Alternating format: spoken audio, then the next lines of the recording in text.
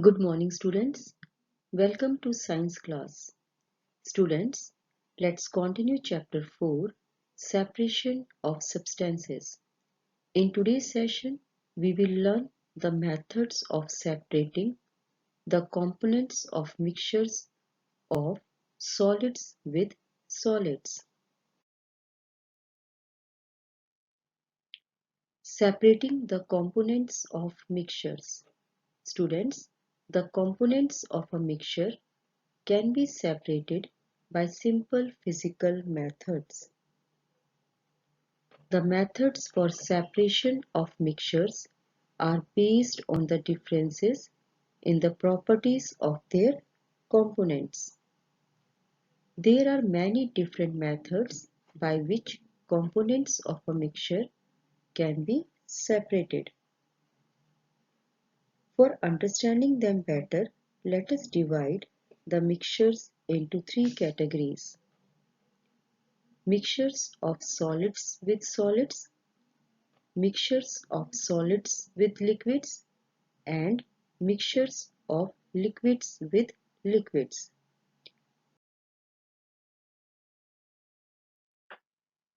Students, the following methods can be used for the separation of solids with solids mixtures: handpicking, thrashing, winnowing, sieving, magnetic separation, and sublimation.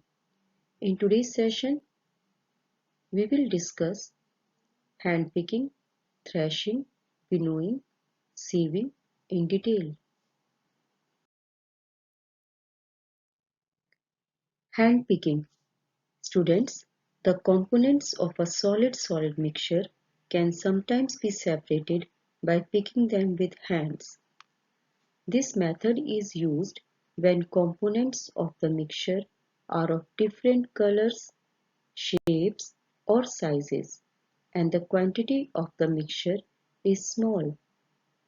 Examples of separating the components of a mixture by hand picking are separating pebbles from rice or dal, or separating grass from mint leaves. Thrashing.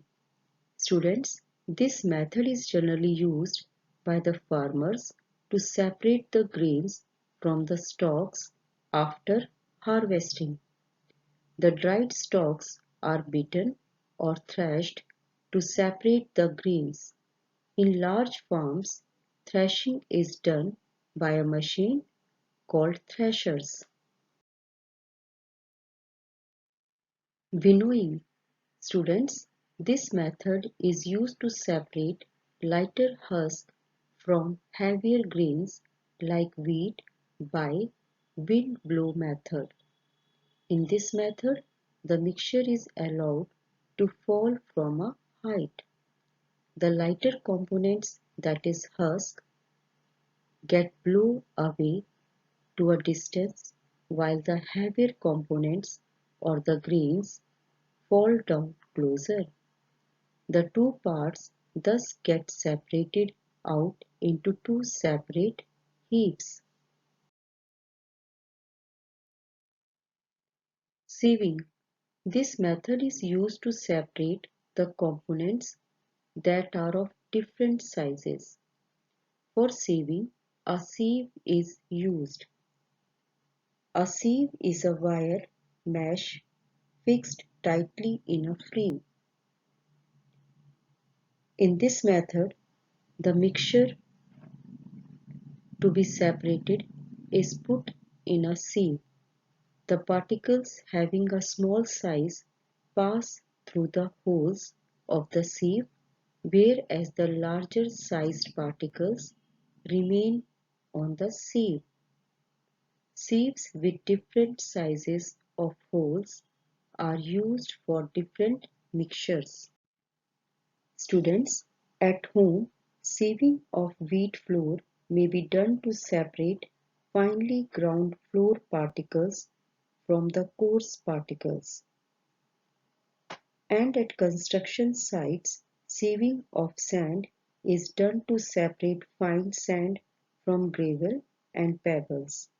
The sieve used there is much bigger in size and the size of its hole is also big. Students, that's it for today. In the next session, we will learn some more methods of separating solids mixtures. Till then, take care. Goodbye.